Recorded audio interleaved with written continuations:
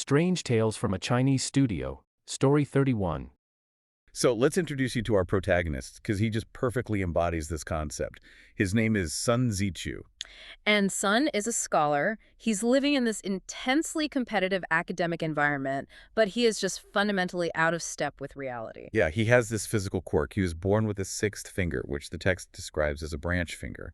But, I mean, his mind is what really isolates him. Right. He is helplessly gullible. He takes everything entirely at face value. And he's overwhelmingly shy, like painfully shy, especially around women. The text highlights this with almost clinical precision. If Sun is even in the same room as a courtesan at a party, his physiological reaction is extreme. He just totally shuts down, doesn't he? He does. His neck turns bright red, he completely loses his ability to speak, and he just drips with nervous sweat. Wow. Yeah, he is entirely incapable of participating in the casual flirtation and banter that completely defines his social circle. And naturally, his peers smell blood in the water. I mean, they relentlessly bully him. They even brand him with the nickname Silly Sun. Which is brutal in that context. We really have to visualize the environment Sun is operating in. This isn't just, a high school cafeteria. No, these are scholars. These are men whose entire future depends on their mastery of language. Right. Poetry, doublespeak, irony. That context is vital. In 17th century Chinese elite circles, verbal sparring was the absolute currency of power. If you were taking the imperial exams, your career depended on nuance. Exactly. Socially, if you couldn't trade clever, veiled insults or spontaneously compose poetry referencing 5 different historical events while complimenting your hosts. You were basically a non-entity. Right. And Sun doesn't just lack these skills, he operates on a purely literal plane. To his peers, he isn't just awkward, he is fundamentally defective. Which makes him the perfect target for a truly cruel prank.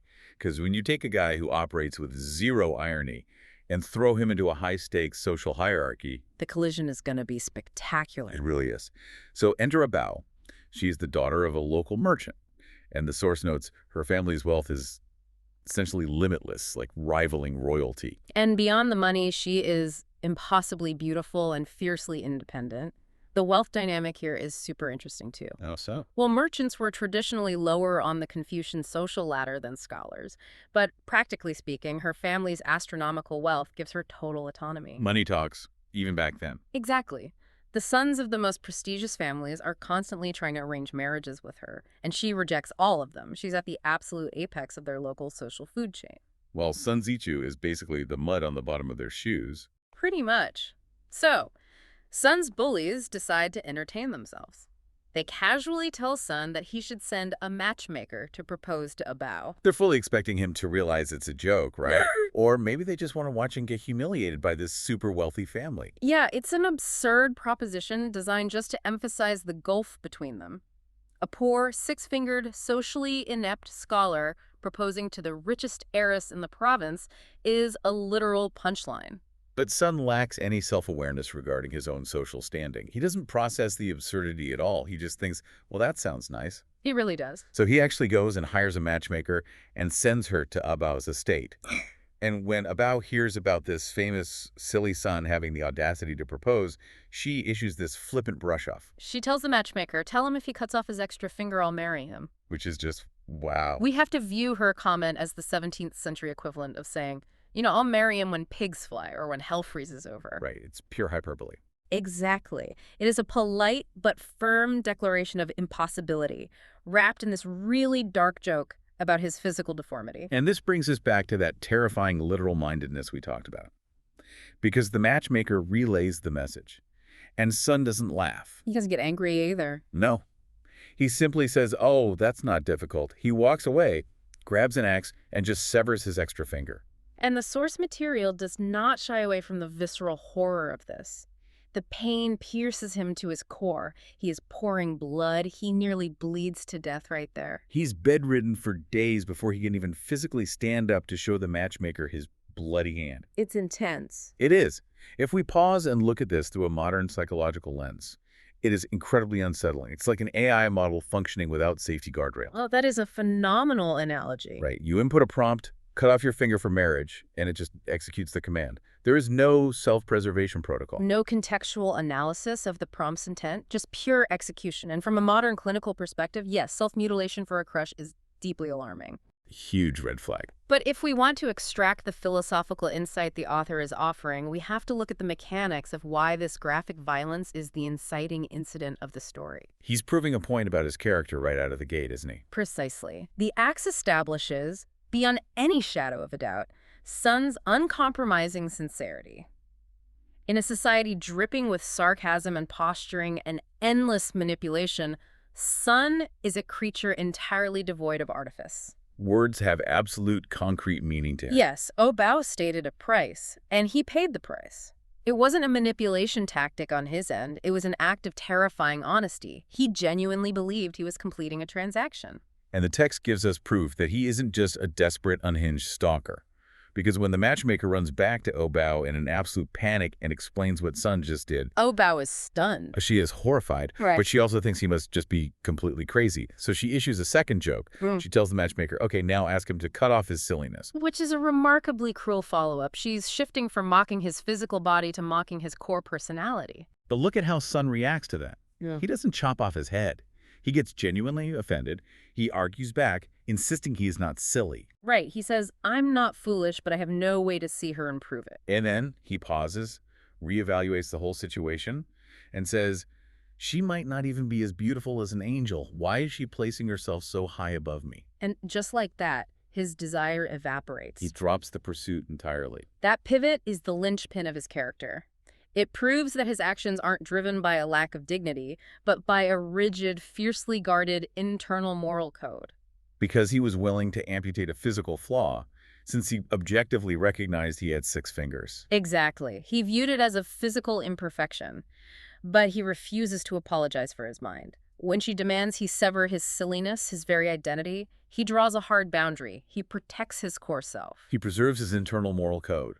But maintaining that code in isolation is one thing. Testing it in the public square, where the entire town is watching, forces a completely different kind of collision. Which brings us to a local event known as the Qingming Festival. Right, so what exactly is that?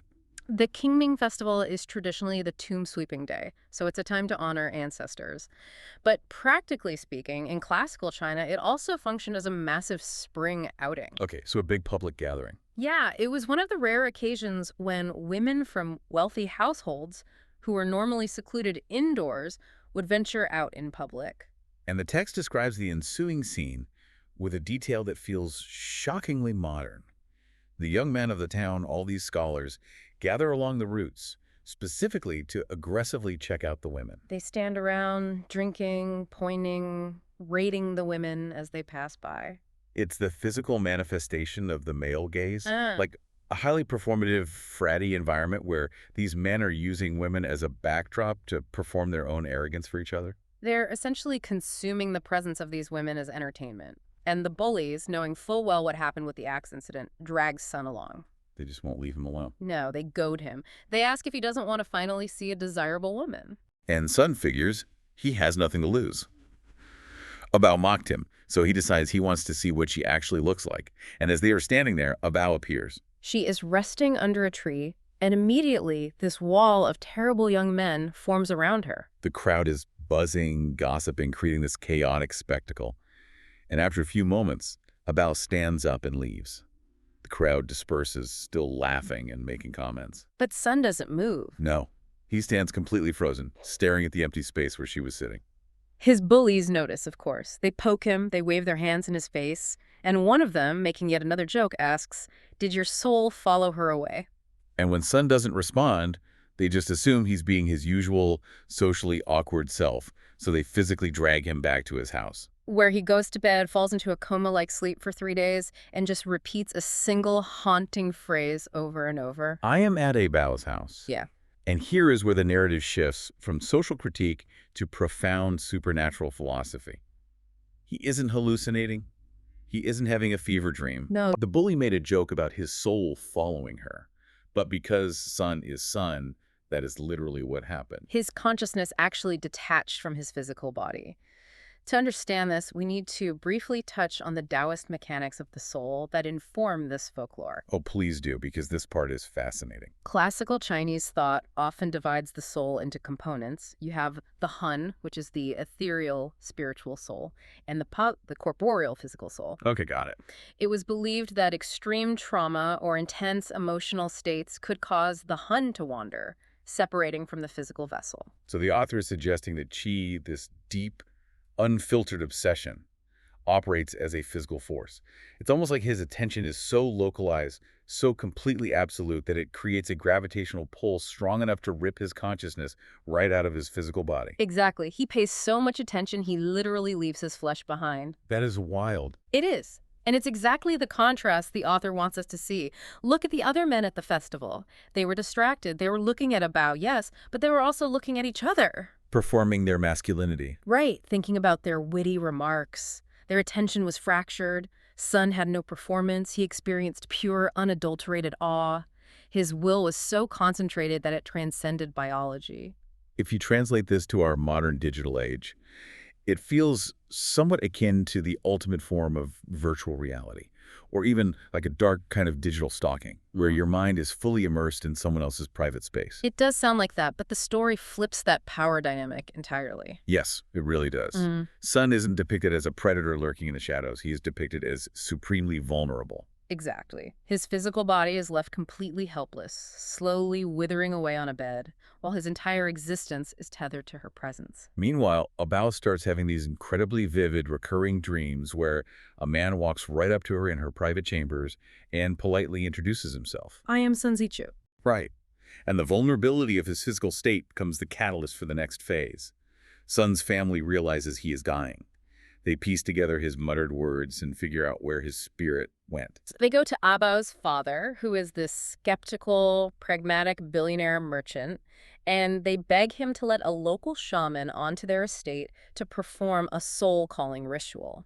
The father thinks it's completely absurd, but eventually caves.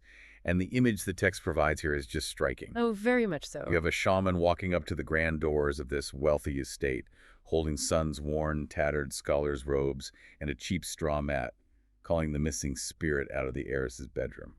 And the ritual works. Sun wakes up in his own bed, and immediately he is able to describe every intimate, hidden detail of Abao's private room. He knows the scent of her incense, the exact layout of her furniture, the embroidery on her bed curtains. And how Abao reacts to this revelation is perhaps the most important psychological pivot in the entire narrative. Seriously. Because consider standard human behavior.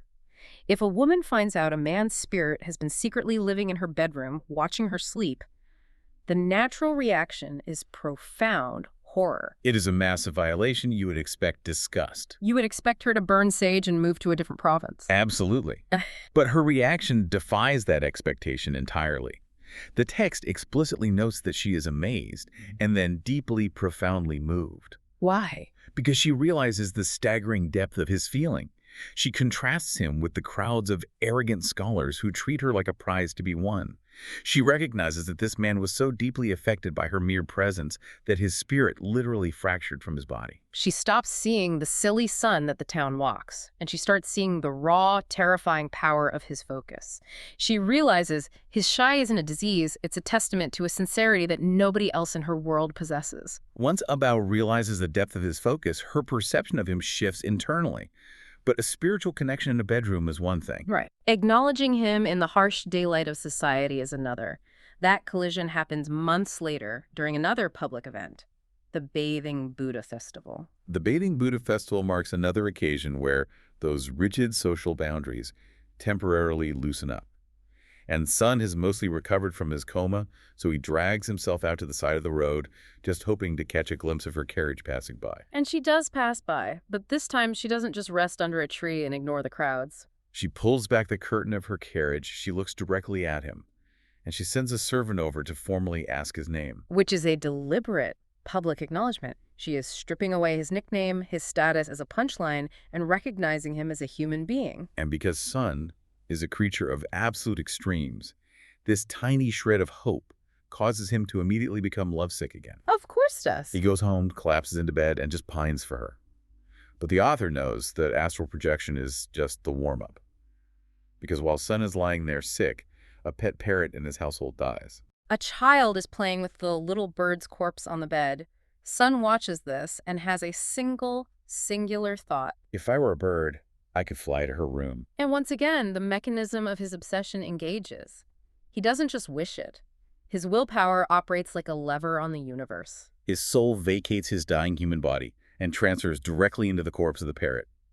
The dead bird's eyes snap open, it flaps its wings, and it flies straight out the window, navigating the city until it reaches Abao's estate. It flies right into her room. And she's delighted by this beautiful bird, so she catches it and ties a delicate little chain around its leg.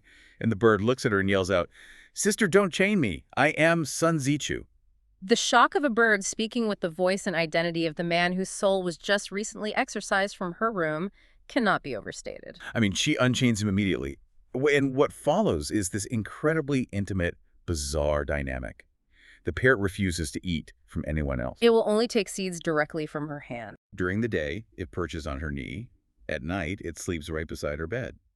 They essentially bypass all 17th century courting rituals and exist in this strange cross-species intimacy. Just a fascinating narrative choice. Well, why a parrot? I mean, the author could have chosen a swallow, a dog, a butterfly. The choice of the parrot is a masterstroke of literary symbolism. What is the defining characteristic of a parrot? Mimicry. Exactly. Yeah. A parrot echoes the voices around it without comprehending the meaning of the words. It is the perfect avatar for the society that mocks Sun. Oh, wow. Right. All those clever networking scholars who mimic the right phrases, echo the accepted opinions, and parrot the Confucian classics without possessing an ounce of original, deeply felt sincerity. He traps Sun in the ultimate vessel of hollow chatter, but Sun subverts it entirely. Instead of mimicking others, the parrot speaks its own absolute truth. I am Sun Zichu. He takes the symbol of societal emptiness and fills it with his terrifying honesty. It reinforces the thesis of Qi. His obsession is so dense, so concentrated, that it breaks the laws of biology, the boundary of death, and the division of species. The universe literally bends to accommodate the weight of his sincerity. And Abao understands this. She sees that this soul, whether housed in a clumsy human body or a tiny bird, is entirely, unequivocally devoted to her. So she makes a vow. She looks at the parrot and says, "If you can manage to become human again, I swear I will marry you." And I absolutely love the bird's reaction here. The parrot side-eyes her. It essentially asks, "Are you tricking me?" He remembers the matchmaker. He remembers the axe. He has learned that words can be weapons, even if he still struggles to understand why people use them that way. So the parrot formulates a plan. It swoops down, grabs one of her embroidered silk shoes in its beak, and flies out the window. It flies all the way back to Sun's house, lands next to Sun's comatose human body, and drops dead. Sun's soul transfers back into his flesh. He wakes up, and he's holding the embroidered shoe. It is the ultimate, undeniable, physical read receipt of her magical vow. A literal read receipt, yes. He sends the matchmaker back with the shoe and essentially says, "I am cashing this in." And she honors it. But this is where the narrative takes a brilliant, grounded turn. The supernatural courtship concludes, and they are immediately slammed into the economic and social reality of 17th century marriage. This is the pivot that genuinely surprised me. You expect the fairy tale ending, right? The magic bird turns into a man, they get married, and suddenly he is a flawless husband and a rich official. But that's not what happens at all. Abao defies her furious parents to marry him. They warn her that he is dirt poor, that he's a fool, and that she will suffer. She accepts it, declaring she is willing to eat coarse grains and peasant food just to be with him. She steps down from the apex of society to the very bottom. They get married. And Sun remains exactly who he is. a bookful. He sits around reading all day, completely incapable of managing a household, farming, or making a living. He doesn't magically acquire executive function just because he got the girl. He is still deeply neurodivergent. So how do they survive? Abao steps up. The pampered daughter of a billionaire merchant turns out to be an absolute genius at commerce. She really does. She takes over the household. She starts trading, managing investments, organizing the estate. And within 3 years, using her own sharp intellect, she makes them incredibly wealthy. They build mansions and pavilions. If we look at this through a modern lens, it's the perfect startup dynamic. You have the visionary, obsessive founder who is entirely disconnected from practical reality, paired with a ruthless, highly competent chief operating officer. Abao is the ultimate COO. She really is. The author's view of this partnership is radically progressive. The text explicitly notes that Abao never tries to change him. She never nags him to put down his books and learn double-entry bookkeeping. She protects his foolishness. She builds a fortress of wealth and pragmatism around him so that his obsession, his chi, can remain pure and unbothered by the harsh realities of the world. It is an incredibly beautiful symbiosis. He grounds her with absolute, unwavering devotion, and she navigates the material world for him. But of course, because this is the Laozai, the universe decides to test the structural integrity of this fortress. Just as they achieve comfort and immense wealth, Sun gets sick again. The medical terminology used in the text is wasting thirst, which is the classical Chinese diagnostic term for what we now recognize as diabetes. And this isn't a magical coma. He actually dies. His physical body shuts down, and he expires. And Abao's reaction is brutal in its stoicism. She refuses to weep. She refuses to eat. She actively tries to hang herself, but her servants find her and cut the rope. Foiled in her immediate suicide attempt, she simply stops consuming food for 3 days, fully intending to starve herself to death so she can follow him into the afterlife. They are making the final preparations. Relatives are gathered. They're about to place his body into the coffin. And Sun groans. He sits up. He is alive again. To understand how this resurrection happens, we have to look at the underworld bureaucracy. Yes, tell us about the underworld bureaucracy, because this is so different from Western concepts of the afterlife. In classical Chinese folklore, the afterlife isn't just a place of clouds and harps or fire and brimstone. It is a massive, labyrinthine government bureaucracy. There are judges, clerks, endless ledgers, ministries, and an immense amount of red tape, all overseen by the King of Hell. So Sun wakes up and explains what happened to his family. His soul goes down to the underworld. He stands before the supreme judge, the King of Hell. The king opens Sun's file and looks over his life. And he sees a soul that is so profoundly honest, so entirely devoid of the usual human corruption, greed, and doublespeak, that the king is impressed. Instead of punishing him, he hires him. He offers Sun a government job right there in the underworld's Ministry of Justice. It is the ultimate irony. In life, his society deemed him a failure and a fool. In death, the ultimate arbiter of cosmic justice immediately recognizes his immense value and promotes him. But just as Sun is settling into his new ghostly desk job, a spectral clerk runs into the court and informs the king, "Sir, Sun's wife is currently starving herself to death to follow him down here." The King of Hell pulls out the grand ledger of fate. This is the literal spreadsheet of the universe that dictates when every living thing is supposed to die. He checks Abao's name, and he sees that her expiration date is decades away. She is not scheduled to die. This creates a fascinating philosophical dilemma for the King of Hell. He is the ultimate enforcer of universal law. The ledgers are absolute, but he is presented with a human whose virtue and loyalty are so extreme that they are breaking the system. So the universe is governed by rigid mechanics, but pure virtue or absolute sincerity acts as a trump card. It's an anomaly that the system is forced to respect. Exactly. The King of Hell looks at Sun and says, "Your wife's virtue is simply too great."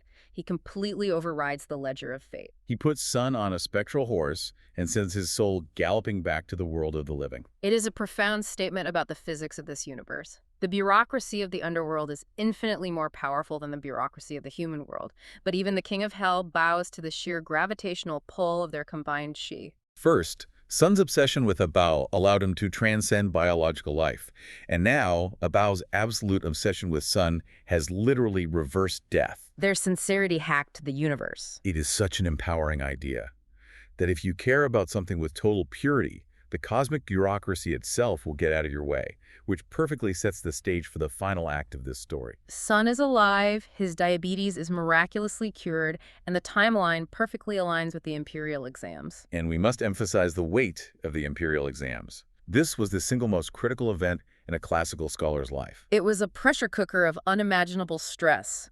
Thousands of men would be locked into tiny, isolated cells for days at a time to write highly formalized, rigid essays based on Confucian classics. The famous 8-legged essays. Yes, exactly. It was the only pathway to political power, social prestige, and systemic wealth. The stakes could not be higher. So Sun is preparing to take this monumental exam, and his old bullies, the exact same group of miserable guys who told him to chop off his finger and dragged him to the festival, decide they want to prank him one last time. They invent 7 highly obscure, deeply bizarre, almost nonsensical essay topics. They corner Sun in a quiet courtyard and whisper, "Hey, we paid off a clerk. We have the leaked exam questions from the Grand Examiner. Here they are. It is an incredibly malicious act of sabotage. They are banking on his gullibility, hoping he will waste his precious study time agonizing over garbage topics, guaranteeing that he will fail spectacularly while they study the standard texts. And true to form, Sun believes them. Of course he does. He doesn't question their motives at all. He takes the 7 bizarre topics, locks himself in his room, and does the one thing he is better at than anyone else on Earth. He obsesses. He weaponizes his own gullibility. He stays up day and night, ignoring food, ignoring sleep, applying his terrifying, unblinking focus to crafting brilliant, perfect essays for these 7 weird prompts. Meanwhile, the bullies are out drinking, laughing about how they just ruined the town fool's life. But here comes the twist, and it relies entirely on the paranoid psychology of the imperial examiners of that era. This part is so good. The actual examiner who's designing the test is deeply cynical. He is terrified of plagiarism. He knows that students spend years memorizing pre-written essays based on the standard, classic themes. He wants to weed out the frauds who rely on cliches and rote memorization. So the examiner decides to go rogue. To combat the plagiarism, he decides to test the scholars by using 7 completely unconventional, highly obscure, bizarre topics. And by some miracle of cosmic irony, the examiner's 7 topics exactly match the 7 fake topics the bullies invented. It is the universe bowing to sincerity one final time. Imagine the scene on exam day. The test papers are handed out in those silent, isolated cells. The bullies flip over their papers, read the topics, and probably have a collective heart attack. They haven't studied any of this. They have no idea what to write. But Sun looks at the paper, smiles, picks up his brush, and writes down the 7 brilliant essays he just spent weeks obsessively perfecting. He crushes the exam. He wins first place. He is drafted to the prestigious Imperial Academy. He eventually gets called before the Emperor himself, who is delighted by his bizarre life story and showers him and Bao with wealth and honors. It is a masterclass in irony. The bullies thought they were being exceptionally clever. They thought they were manipulating the system and destroying the fool, but their cleverness was superficial. Because the fool's defining trait is his obsession, he took their malicious input and applied an incredible single-minded work ethic to it. He turned their poison into his own triumph. What we often call luck in this story, whether it's the examiner choosing the right questions or the underworld granting a second chance, is actually manufactured by intense, unwavering focus. By applying that terrifying focus to their malicious prank, he manufactures his own luck. The malice of the clever literally fuels the triumph of the fool. I love that dynamic. And the author loved it too, because Pu Songlin doesn't leave this up to interpretation. He literally steps out from behind the curtain at the end of the source material to deliver his thesis directly to the reader. He provides a commentary that summarizes his entire philosophy. He writes, "Those who are silly have focused wills. Book fools write well. Art fools have good skills. Those who fail are usually those who think they aren't silly." He is explicitly stating that neurodivergent focus, the inability to be distracted by the superficial games of society, is a mandatory prerequisite for true mastery. If you are a book fool, you pour all your energy into the text, and therefore you become a master. If you are an art fool, you ignore the social climbing and just paint, and therefore your art becomes transcendent. The people who fail are the ones whose energy is fractured by trying to look smart. And to drive the point home, he includes a hilariously specific list. He outlines 10 types of people who are the actual fools in society. These are the people who think they are playing 4D chess, but are actually ruining their own lives. We have to dissect a few of these because reading them feels like looking at a modern Twitter feed. Yeah. For example, he lists hoarding money, but starving yourself to save it. The ultimate false economy. Sacrificing the actual experience of life for the abstract hoarding of resources, believing you are being shrewd while actually causing your own suffering. Or how about this one? Hiring ghostwriters to trick your own parents into thinking you're studying. Think about the modern equivalent. That is the 17th century version of faking a startup, buying fake followers on LinkedIn, and optimizing your bio with corporate buzzwords just to look successful to your peers, while underneath you possess absolutely no actual skills. It is the illusion of competence over the reality of mastery. Another great one he lists is giving people your money so they can go visit sex workers. Which is essentially paying for someone else's pleasure just to look like a generous, powerful patron. It's performative generosity, driven purely by ego. The pattern is so clear. Every single one of the real fools on his list is someone who is obsessed with external validation. It makes me think immediately of modern society's obsession with hustle culture. Oh, totally. We have an entire culture of people who spend their lives cynically networking. They figure out the algorithm, they say the exact right things, they carefully manage their personal brand. But they never actually sit down and do the deep work. And they're often the most miserable, unfulfilled people you will ever meet. They are the scholars at the festival rating the women. They are the bullies inventing the fake test questions. Their entire existence is predicated on the manipulation of others and the maintenance of an image. They lack chi. But who actually achieves mastery? It's the neurodivergent, obsessed hobbyist. It's the person who spends 10,000 hours building miniature train sets with perfect historical accuracy. It's the coder who writes open-source software for a passion project nobody asked for. It's the single-minded creator who just loves the thing they are doing. They aren't networking, they are just doing the work. And eventually, the universe recognizes that mastery. If we tie the entire narrative of Sun Tzu together, that is the core argument. Sun wasn't stupid. He was just entirely blissfully unbothered by the superficial layer of human interaction. He didn't care about the gossip. He didn't care about his social ranking. His obsession was his superpower. It was the engine of his absolute sincerity. That engine won him the love of the most powerful woman in his world. It allowed his consciousness to transcend death not once but twice, and it conquered the highest academic and political test in the empire. Which means over-cleverness is true stupidity. When you spend all your energy trying to outsmart the room, you lose your core sincerity. You lose the ability to focus on what actually matters.